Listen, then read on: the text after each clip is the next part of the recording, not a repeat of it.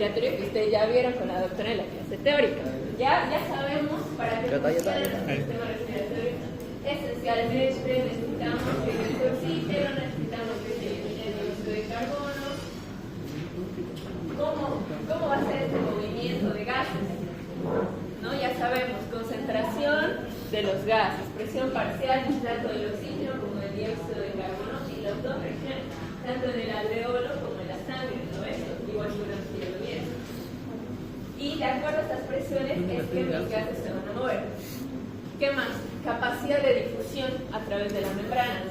También sabemos que el alveolo es una membrana en la cual tienen que atravesar estos gases que tienen que ser muy solubles a la membrana para que puedan dirigirse.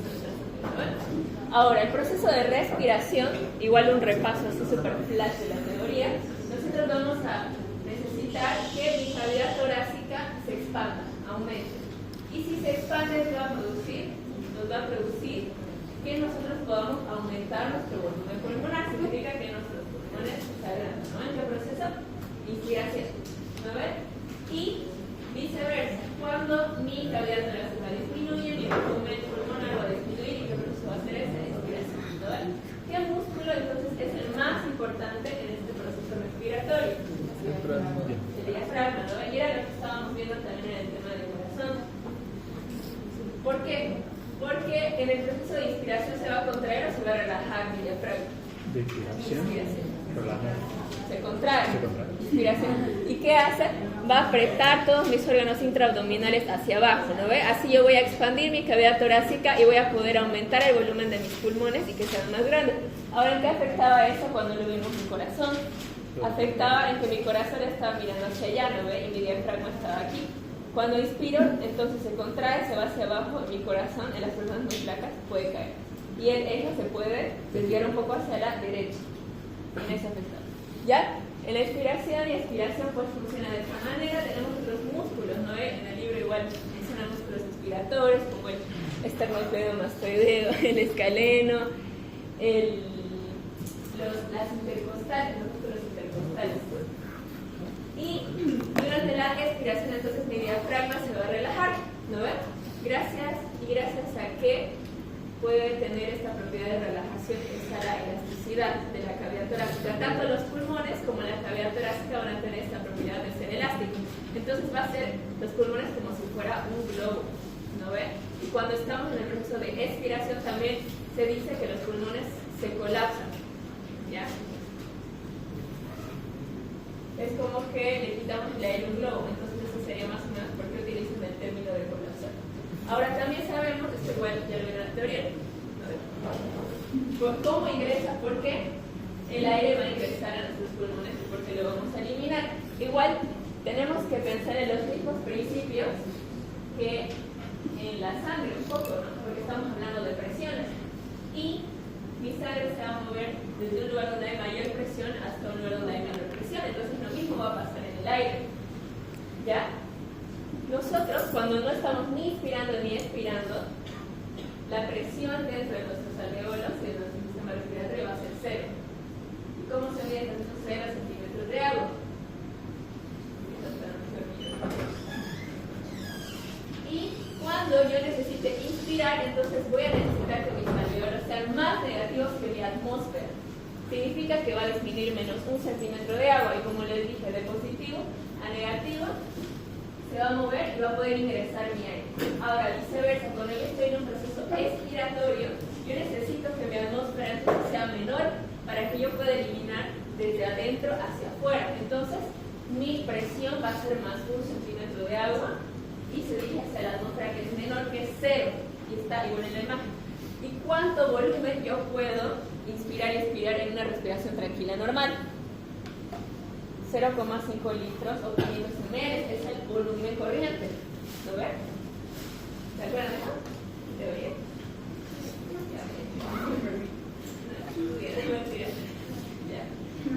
Uno de los, en el sistema respiratorio, hay unas partes un poquito como memóricas, digamos así, ¿no? Que son esto de los volúmenes, esto de las capacidades, son números, son numéricos. Eso para mí sí es importante que se lo sepa, ¿ya? Y además en esta práctica de trigonometría también, y lo vamos a repasar hoy. Ahora vamos a ver el volumen respiratorio en minutos, que también haciendo como una relación a lo que ustedes ya saben. Por ejemplo, el gasto cardíaco también se le dice volumen en minutos, ¿no ves? Esto es lo mismo, pero con el aire, volumen respiratorio en minutos. Entonces es la cantidad de aire nuevo que van a ingresar a nuestras vías respiratorias durante un minuto. ¿Y cómo yo lo voy a calcular? Como el gasto cardíaco, ¿se acuerdan que se calculaba por el volumen sistólico por la frecuencia cardíaca? ¿No ves? Me daba 70 por 72, era 5.000 ml por minuto. Ahora en este caso voy a hacer lo mismo. ¿Qué volumen? Pero yo voy a utilizar el volumen corriente, que les dije que en una inspiración y expiración. Es decir, una respiración tranquila normal. ¿Cuánto es el volumen corriente? 500 ml de aire. ¿Ya? ¿Y cuánto es mi frecuencia respiratoria? 12 respiraciones por minuto. Entonces, si yo lo multiplico, ¿cuánto me sale? A ver, multiplique. Eso tenemos. 600. 5.000.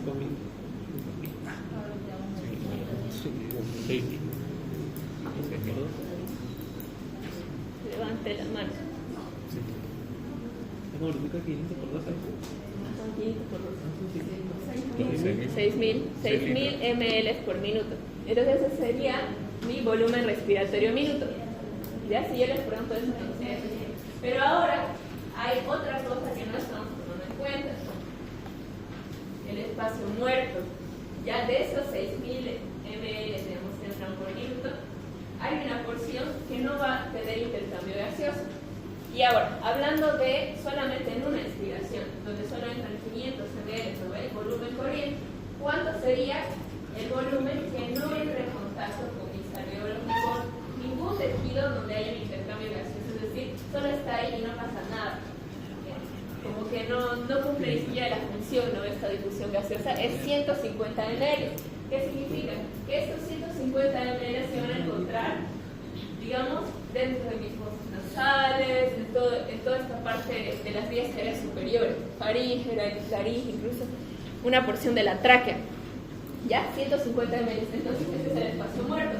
Entonces, ¿qué parte de mi volumen corriente, que son 500 ml, ¿cuánto es el volumen corriente? 500 ml. ¿Qué parte? Entonces sí va a ocurrir el intercambio gaseoso, lo que resta, 350 ml. ¿Ya? Entonces ahí podemos calcular no solo lo que habíamos visto, que es el volumen respiratorio minuto, sino la frecuencia de la ventilación alveolar. Cuando yo hable de ventilación, entonces va a ser el aire que entra en contacto con estos alveolos y con estos sitios para el intercambio gaseoso. ¿Ya? Entonces ahí yo tengo que restarle esos 150 ml que son el espacio muerto. Entonces yo multiplicaría 350 ml por 12. ¿Y eso cuánto le sale? 4.200 ml por minuto, ¿no ve? O 4.2 litros por minuto. Entonces esa sería la cantidad de aire que nosotros intercambiamos durante un minuto. Ahora sí, esto es súper de teoría, de práctica, de examen final, de todo lo que quieran, hasta de tercer año. ¿Ya? Entonces se tiene que aprender cuáles son nuestros volúmenes y nuestras capacidades, que son 4 volúmenes y 4 capacidades. ¿Ya? Y eso también está en su libro, está en su libro. Este de aquí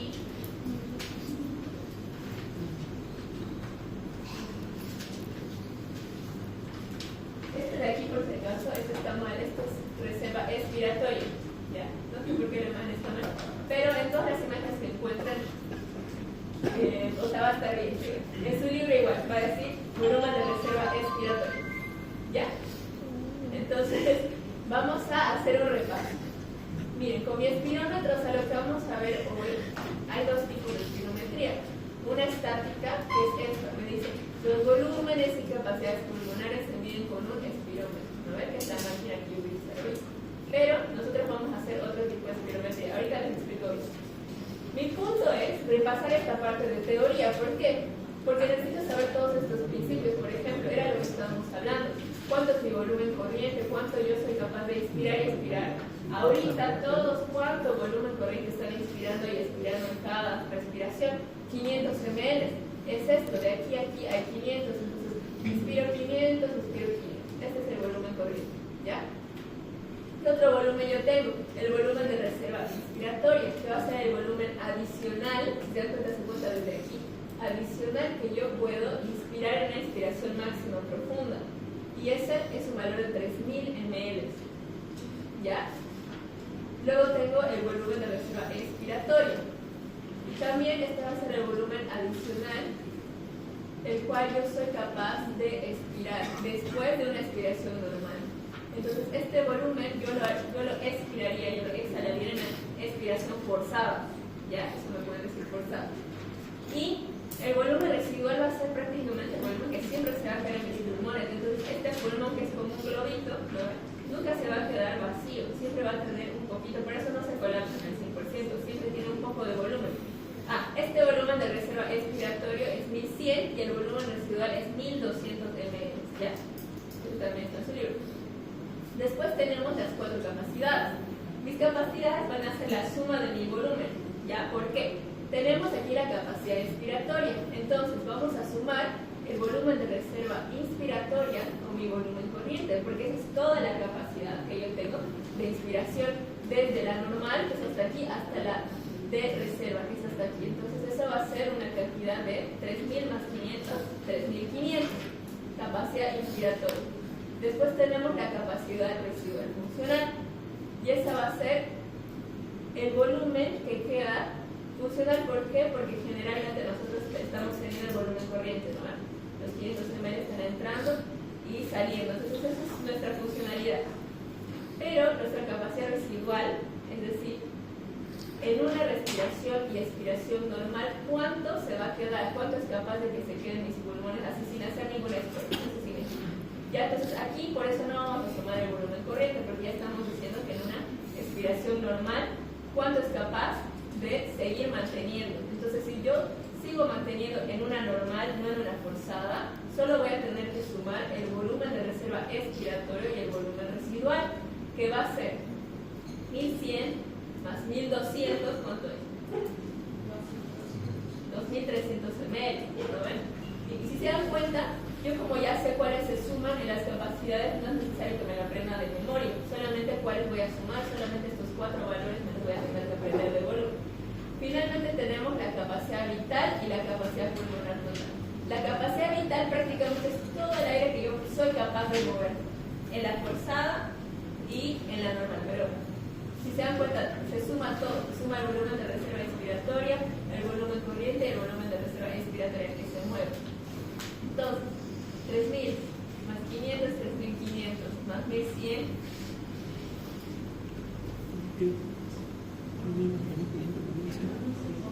4600 ml, ¿no? Esa es mi capacidad vital. Y mi capacidad pulmonar total ya le voy a tener que sumar este volumen residual, que es el que nunca se mueve.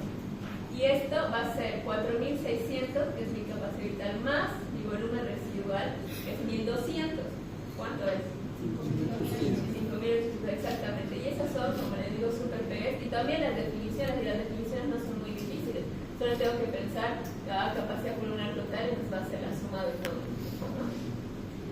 Ahora sí, hay 2 tipos de espirometría. La espirometría estática, que me va a medir estos volúmenes y capacidades, y la espirometría dinámica, que es la que vamos a hacer el día de hoy. ¿Ya? Mi espirometría dinámica me va a medir el flujo. ¿Ya? Y se dice el flujo de aire. Entonces va a ser la cantidad de un volumen de aire que se mueve en un periodo de tiempo, ¿no? Puede ser litros por segundo, litros por minuto, y va a ser el mismo principio que yo veía cuando decía que es el flujo sanguíneo, ¿no ve? Y es el paso de la sangre desde un punto A hasta un punto B en una cantidad de tiempo determinada, en una unidad de tiempo. Entonces esto es lo mismo pero con el aire. Entonces va a ser el paso de un volumen de aire desde este punto hasta este punto en un tiempo determinado, en una unidad de tiempo, ¿no ven? Y yo, entonces esto, ¿por qué me va a importar? Porque si estoy hablando de que pasa una cantidad en un tiempo determinado, digamos en un segundo, entonces, ¿qué pasa cuando me da un valor menor? ¿Qué pasa cuando este valor, digamos, es 5 y aquí disminuye y es 1 ml por segundo? Entonces yo ya puedo decir que algo está fallando en mi flujo. ¿Qué significa? Que hay tal vez un obstáculo, una obstrucción. ¿O qué puede significar?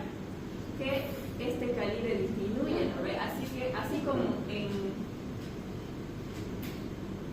el sistema circulatorio de la vasoconstricción va a aumentar la resistencia, significa que disminuye el flujo, ¿se acuerdan? Igual en los bronquios, broncoconstricción va a aumentar la resistencia, significa que disminuye el flujo, entonces menor cantidad de volumen de aire va a pasar por esta parte, ¿ya? Y eso me está diciendo prácticamente este valor. Ahora sí, ¿qué valores yo entonces voy a fijarme en una espirometría? Ya esto sí o sí, digamos, si le toca espirometría, entonces no sé, tal vez vamos a dar esto y vamos a decir ya. Entonces, ¿cuáles son los tres valores y qué son? Ya, ustedes me tienen que decir estos tres, ¿ya? ¿Qué significa? Tenemos el BEF1, entonces yo hoy voy a desglosar. Volumen expiratorio forzado, 1, en el primer segundo. Y el mismo nombre te lo dice. Entonces, ¿qué es el volumen expiratorio forzado en el primer segundo? Va a ser el volumen que yo voy a exhalar en el primer segundo, pero ¿de qué? De una expiración forzada a partir de una inspiración profunda. ¿Ya?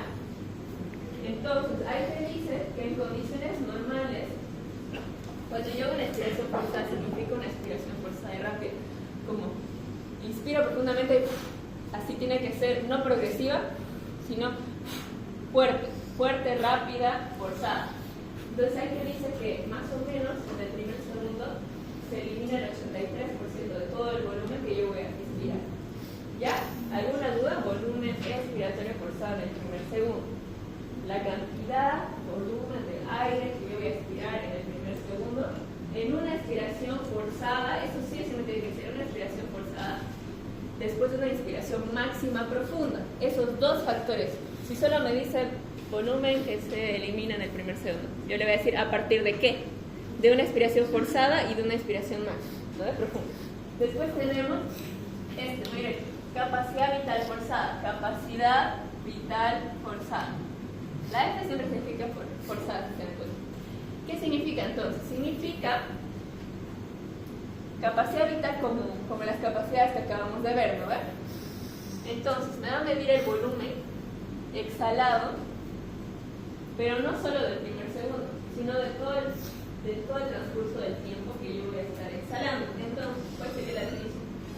Volumen total exhalado logrado con una expiración, a partir de una inspiración máxima, igual que el otro, el mismo factor, y con la mayor rapidez posible. Era lo que les decía. A partir de la inspiración máxima, inspiro y la mayor rapidez posible, ¿no ven? Pero sigo. Eso ahorita vamos a ver cómo es la espirometría. ¿Ya? Entonces, igual cumplo esos dos factores, pero ahí yo le aumento, entonces, todo de mayor rapidez posible. Entonces, este es el volumen máximo total en todo el transcurso que yo voy a estar expirando a partir de una inspiración máxima profunda y en una expiración forzada y con la mayor rapidez posible. ¿No ve? Ahí yo le aumenté ya la rapidez en este parámetro. ¿Alguna duda en estos dos? Porque si se dan cuenta, entonces mi capacidad vital forzada va a ser en todo el transcurso del tiempo y mi volumen expiratorio forzado va a ser solo en el primer segundo. Y los dos cumplen el mismo criterio, de inspiración máxima y expiración forzada. ¿Los dos se registran al mismo tiempo o se tienen que ser dos espirometrías diferentes? Se registran, todos los valores se registran al mismo tiempo. Ajá. Y finalmente vamos a tener esto. ¿Qué dice de ahí? ¿Cómo voy a leer esto? Se dice la relación entre el volumen expiratorio forzado en el primer segundo y la capacidad vital forzada. O, para hacerlo más condensado, pueden decirle índice de Diffenham. ¿Ya? O pueden decir relación entre este y este. Listo. Pero tiene que decir el nombre, ¿no? No me entiendo. Ya. ¿Qué va a ser entonces mi relación? Como ya dije que este es en todo el tiempo que yo expiré y este es en el primer segundo, entonces mi relación va a ser fracción, va a ser porcentual. ¿Cuánto de aire yo voy a expirar en el primer segundo en relación a todo mi volumen que yo voy a aspirar. Es decir, en relación a este 100%, la capacidad vital va a ser un 100%, ¿cuál es el porcentaje que yo voy a aspirar en el primer segundo? Esto significa, ya por eso dice como relación. Ahora, vamos a hacer un ejemplo. Ahorita les voy a decir, igual, los valores normales, el porcentaje de este es mayor a 80%. Eso ahorita igual lo vamos a ver con la máquina. De este igual es mayor al 80%. Y de mi índice de tifenado tiene que ser mayor al 70%. ¿Ya? Ahí está. Este es entonces, ¿por qué? Ya, si todo estaba normal, yo creo que de aquí, ¿alguien es asmático de aquí? Bueno, yo creo que si hacemos nos va a salir normal, ¿no? A menos que estemos resfriadas. Yo no creo que salga normal porque tengo rinitis alérgica. Pero a todos nos debería salir mayor a 80, mayor a 80, mayor a 70. Algunos en el libro en realidad aquí dice mayor a 80, pero a mí me enseñaron los doctores que es mayor a 70%, pero yo por ejemplo, eso igual me van a preguntar cuando estén estudiando, me van a preguntar, ¿este valor lo tomamos de aquí o de aquí? Para que yo hable con los auxiliares, porque por ejemplo yo me di cuenta, ¿no?, de que en el libro te está diciendo mayor a 80%, pero nosotros lo manejamos mayor a 70%, y si ustedes me dicen mayor a 80%, yo les voy a decir está bien, porque lo dice el libro, ¿me entienden? Así que eso me preguntan si tienen alguna duda, para que lo hagan. Ya, ahora, si está normal, ok. Si está alterado, ahora vamos a ver que hay dos tipos de patrones. Ya, esto sí o sí también les vamos a preguntar. Les preguntan, ¿cuál es el patrón obstructivo y cuál es el patrón restrictivo? ¿Ya qué significa? A ver. Primero les voy a hablar de valores y ahorita les voy a explicar con enfermedad. ¿Ya? Patrón obstructivo, entonces, digamos, obstruye. Hay algo que está obstruyendo la vía respiratoria, ¿no? ¿Y qué alteración va a haber en estos valores? La capacidad vital forzada va a estar normal. El volumen expiratorio forzado en el primer segundo va a estar disminuido y mi relación también va a estar disminuida. ¿Ya por qué? Porque mi volumen expiratorio forzado en el primer segundo me está diciendo cuánto yo soy capaz de expirar en el primer segundo. Y en un proceso expiratorio, ¿por dónde va a pasar el aire primero? Las vías aéreas pequeñas, ¿no ve? Desde los alveolos, los bronquiolos. Entonces, si hay un proceso obstructivo ahí, se va a afectar ese primer segundo en el que yo voy a estar expirando. Y también incluso en las superiores, ¿no? Porque hice esta aspiración máxima, digamos, en los primeros 0,5 segundos hasta aquí, pero hubo una obstrucción aquí. Entonces eso todavía no se va a poder eliminar y recién en todo el proceso que yo voy a seguir expirando se va a eliminar. Por eso solamente mi volumen expiratorio forzado va a estar disminuido y mi capacidad vital forzada va a estar normal, porque yo en esta espirometría yo expiro por 6 segundos. El primer segundo está alterado porque hay una obstrucción, ¿no ven?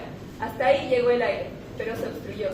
Pero yo voy a seguir tratando de expirar durante 6 segundos. Entonces todo mi volumen, todos esos 6 segundos que restan por el esfuerzo que se va a hacer, sí va a lograr eliminar ese volumen en una cantidad normal relativamente.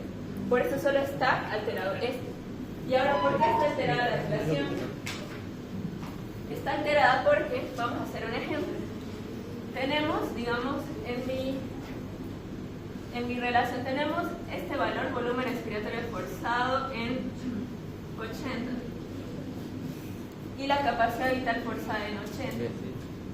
Te dice que este es el valor, lo podemos hacer por 100 o así nomás para no chisparnos. 80 entre 80 es 1, ¿no ven? Por 100 digamos sería así. Entonces no es así. Si mi valor este es 80, si mi valor este es 80, que sería normal,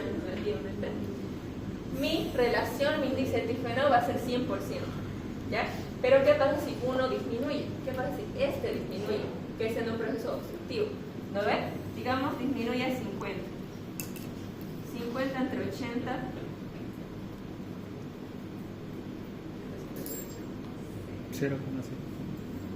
¿Cuánto? 50 entre 80. Ajá. 0.625. 0.625 y por 100. 62.5, digamos, ¿no? Por ciento. Entonces, si disminuye, mi volumen expiratorio es este, si disminuye, pero este sigue igual, como pasa en un proceso obstructivo, si se dan cuenta mi relación va a cambiar y va a ser un número menor al que yo voy a considerar como normal. Eso pasa en un proceso obstructivo, ¿entendió? Y en un proceso restrictivo, ahí te dice que tanto este como este van a estar disminuidos, mis dos valores iniciales. Pero mi relación va a estar normal. Ahora, ¿por qué los dos van a estar disminuidos? Porque en un proceso restrictivo, que ahorita ya les voy a explicar, como en patología, todo mi volumen pulmonar va a estar afectado. Entonces yo, en el primer segundo voy a intentar expirar, no voy a poder, y durante esos 6 segundos tampoco voy a poder eliminar todo el volumen que es necesario y se considera normal en mi expiración. Entonces los dos están afectados. ¿Pero por qué mi índice no está afectado? Vamos a tomar lo mismo. Digamos que tengo 60 aquí y 60 aquí, los dos están disminuidos. Ese es mi índice ya. 60, 60. Los dos están disminuidos debajo del valor normal. Pero lo mismo, ¿cuánto es 60 entre 60? Es 1 y por 100 me va a dar 100%. ¿Entiendes? Por eso es que no se afecta la relación porque los dos están disminuidos. Y si los dos están disminuidos, el porcentaje no va a variar. Bueno, y esos son los dos más importantes. El mixto ahí solo te dice que hay los dos patrones, porque todo está disminuido. Hay patrón tanto restrictivo como obstructivo. Ahora sí, eso generalmente, digamos, bueno, no te explica mucho, pero para que ustedes se entiendan mucho mejor, entonces, ¿por qué es un proceso obstructivo y por qué es un proceso restrictivo? Y por qué yo, con una espirometría, siendo médico, con los que ya están como médicos, voy a poder diagnosticar, ¿no? O utilizarlo como un parámetro para el diagnóstico. En un proceso obstructivo, ¿qué era? Era la dificultad para que el aire se expulse. Entonces, como aquí les mencioné, ¿no? Digamos que hay una obstrucción aquí, ¿no ve? Y el mismo proceso que ya les acabo de explicar. Pero ¿en qué situaciones podría ser? Un proceso obstructivo, voy a decir, entonces dime cuáles son los procesos, dime cuál es el patrón obstructivo, tú dime cuál es el restrictivo. Ya, ahora, ¿qué enfermedades son obstructivas? Eso lo digo. Y es súper fácil, el POC, enfermedad pulmonar obstructiva crónica, ¿no ve? ¿Y qué tiene eso? Tiene enfisema de bronquitis crónica, así se define, ¿no ve? El POC. Después, otro proceso obstructivo va a ser el asma.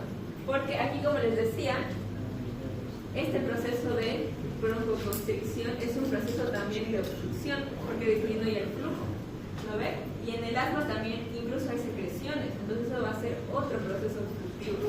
En este proceso del asma, donde hay broncoconstricción y secreciones, también se va a considerar como un proceso obstructivo. ¿Ya? Y aquí hay algo interesante, igual, el asma es un proceso obstructivo reversible. Y el EPOC es un proceso obstructivo irreversible. ¿Ya? Y esta espirometría es necesario acordarse de eso, porque también se utiliza esta espirometría con la prueba del broncodilatador, se llama, para los asmáticos. Si tienen algún familiar asmático, tal vez lo han escuchado. ¿Qué toman los asmáticos? Salbutamol, ¿no ven? ¿Y qué hace el salbutamol? Es agonista beta-adrenérgico. ¿Qué significa eso? Agonista simpático. ¿De qué receptores? De los beta. ¿Y qué hacen los receptores beta en los bronquios?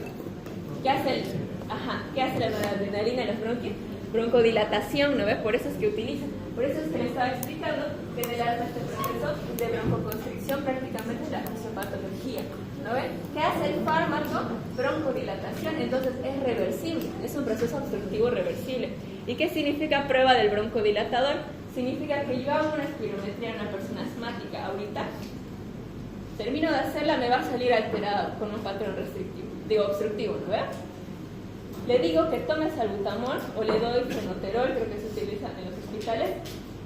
Vuelvo a hacer la espirometría y voy a ver que hubo un cambio en sus resultados y puede que haya un aumento incluso hasta que sean los valores normales. Entonces es un proceso ya reversible, si se dan cuenta, ¿no?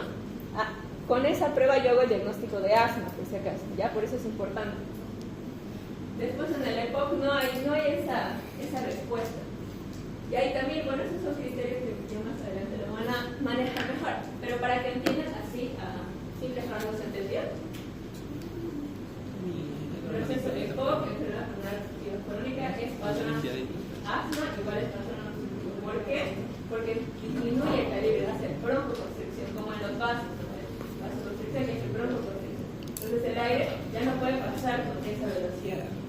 ya por eso es obstructivo, y la prueba del broncodilatador que se utiliza usando salbutamol. ¿Por qué? Porque el asma va a responder al salbutamol, ¿no ve? Porque el salbutamol hace lo mismo que un sistema simpático. ¿Qué hace un sistema simpático en la neurología? Broncodilata, es reversible, ¿ya? Después tenemos la fibrosis quística, que no es lo mismo que la fibrosis pulmonar. La fibrosis quística es cuando las glándulas secretan mucha cantidad, no solo en los pulmones, pero los pulmones son uno de los órganos más afectados. Entonces, como mucha secreción mucosa, ¿qué va a hacer? Igual obstrucción. Ya los dos primeros son los más importantes. En un proceso restrictivo tenemos fibrosis pulmonar. ¿Qué tengo que tomar en cuenta para que sea restrictivo? Dificultad para expandir el pulmón, porque les dije que los dos valores están afectados. Entonces, ni siquiera en el primer segundo, ni en todos los 6 segundos que yo voy a estar expirando, voy a lograr alcanzar el volumen necesario. Entonces, por ejemplo, en la fibrosis pulmonar, ¿qué pasa con el pulmón? Pierde la elasticidad, ¿no? Entonces, por eso ahí dice que va a haber una dificultad para que se expanda. Entonces, es un patrón restrictivo. Después una neumocolisis, que es prácticamente lo mismo porque pasa una fibrosis, eso es a lo que me refiero. ¿Y qué otras enfermedades sistémicas? Por ejemplo, obesidad. Si mi diafragma, por ejemplo, que se tiene que contraer, ¿no? Hacia abajo para darle campo a mis pulmones, pero no puede porque hay mucha masa abdominal, entonces voy a disminuir mi expansión de la cavidad torácica y voy a disminuir la capacidad de expandir mis pulmones, ¿no? Por eso la obesidad también me puede producir un patrón restrictivo. Incluso los pacientes con obesidad tienden a tener esto que es la apnea del sueño, ¿no? Entonces tienen muchos problemas respiratorios. Sí fue escoliosis, por ejemplo, pero muy grave, digamos una desviación muy grave de la columna. ELA, que es esclerosis lateral amiotrófica, ya que eso es una enfermedad igual en donde va a haber una rigidez en los tejidos que suelen ser elásticos. Y como ya les dije, ¿no? ¿Qué propiedades tiene el pulmón y la cavidad torácica? La elasticidad. En esta enfermedad se pierde igual, patrón restrictivo. Ahora sí, bueno, esto no es necesario, digamos, que se lo aprendan si no quieren, pero si quieren. ¿Qué significa esto? Ahorita, cuando hagamos la espirometría, va a aparecer estos valores que ya vimos y va a aparecer una curva. Van a aparecer dos curvas, por ejemplo. Esta curva es la que me dice flujo, volumen, ya, pero no es necesario que se aprendan valores. ¿Qué es lo único que yo me voy a fijar en esta curva? La forma, ¿ya? ¿Qué forma? ¿Qué me está diciendo esta forma? Me está diciendo aquí que mi flujo en el primer segundo es muy alto, ¿no? Porque eso es lo que yo les estaba diciendo, hacer esta aspiración lo más rápido posible en el primer segundo y mantener por 6 segundos. Entonces mantengo y hasta aquí voy a decir que esta es mi capacidad vital forzada. Y en este punto mi volumen expiratorio forzado. Es la forma, ya que yo lo voy a tomar en cuenta. ¿Por qué? Porque si tengo un patrón obstructivo, ¿qué alteración va a haber? Disminución del volumen forzado en el primer segundo, ¿no ven? Se dan cuenta, el verde es lo normal y en el naranja ya está disminuido. Pero yo sigo expirando durante 6 segundos y todavía logro eliminar todo el volumen expiratorio. Entonces la capacidad vital forzada está normal. Eso es, por eso les digo, es lo único que yo más o menos quiero que sepan de estos gráficos.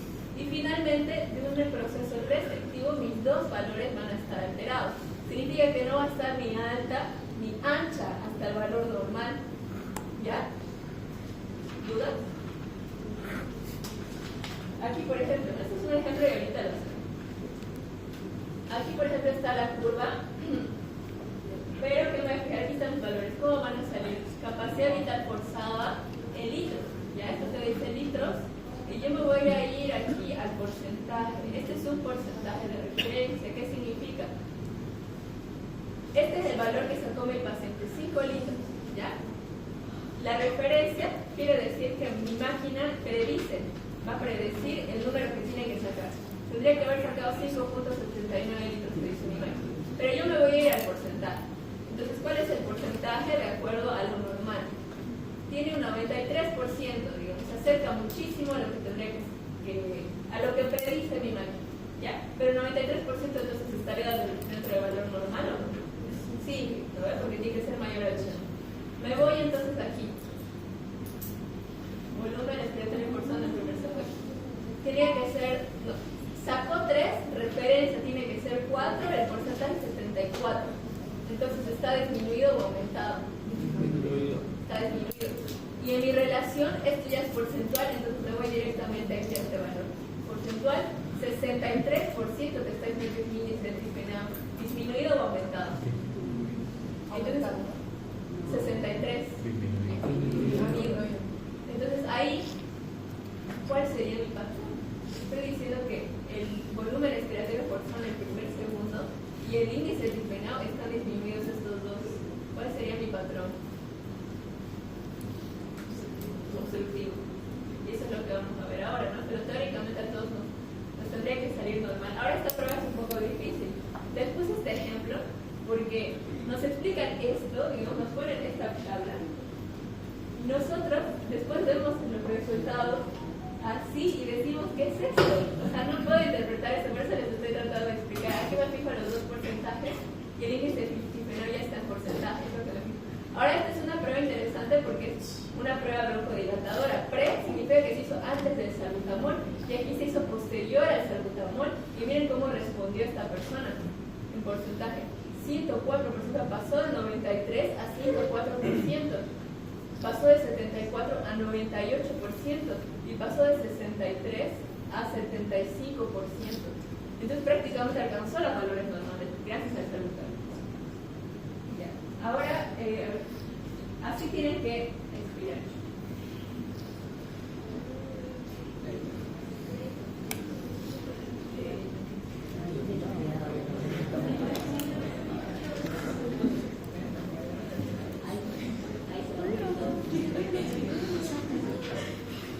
Ahora respiración máxima y expiro durante 6 segundos.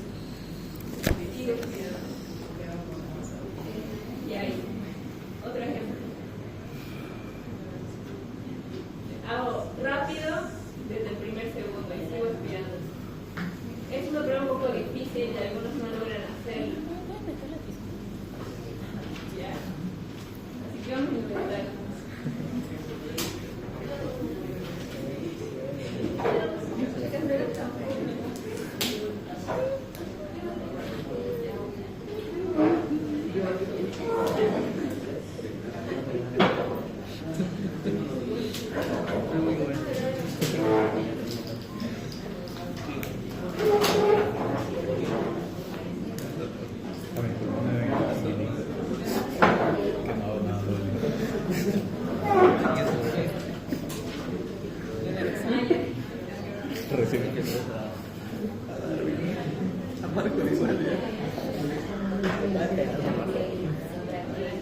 Bueno, tenemos.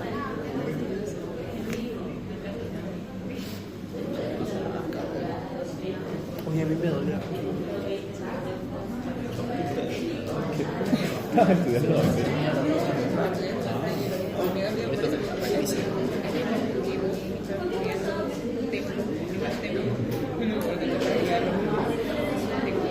Pero ahora te da por